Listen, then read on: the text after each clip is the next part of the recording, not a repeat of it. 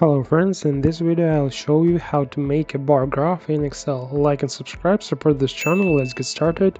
To begin with, we select the area with the data that we want to present on the graph, then go to the Insert tab, go to the Charts group on the ribbon and click the bar chart type you want to insert. In this example, we are creating the standard 2D bar chart. Excel will immediately draw a graph and paste it into a spreadsheet. This histogram displays a single row of data, since our source data contains only one column of numbers. If the source data contains two or more columns of numeric values, we can add them to the existing histogram by simply selecting additional columns. And now our graph contains several data series, each of which is shaded in a different color. If you are not completely satisfied with the chart format or style, by default select it to activate the Charting Tools tabs on the ribbon.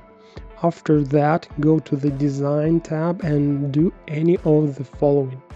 Try a different arrangement of bar charts by clicking the Quick Layout button in the Chart Layout group, or experiment with different styles of bar charts in the Chart Styles group here or here.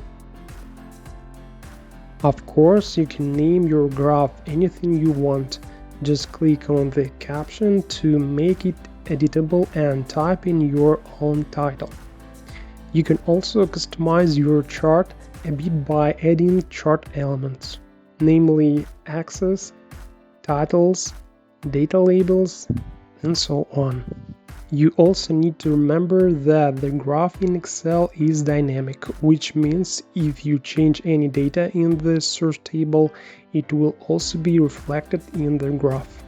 For example, we'll change some value in a column and the graph will automatically update to display this new value. Now you know a little more. Thanks for watching.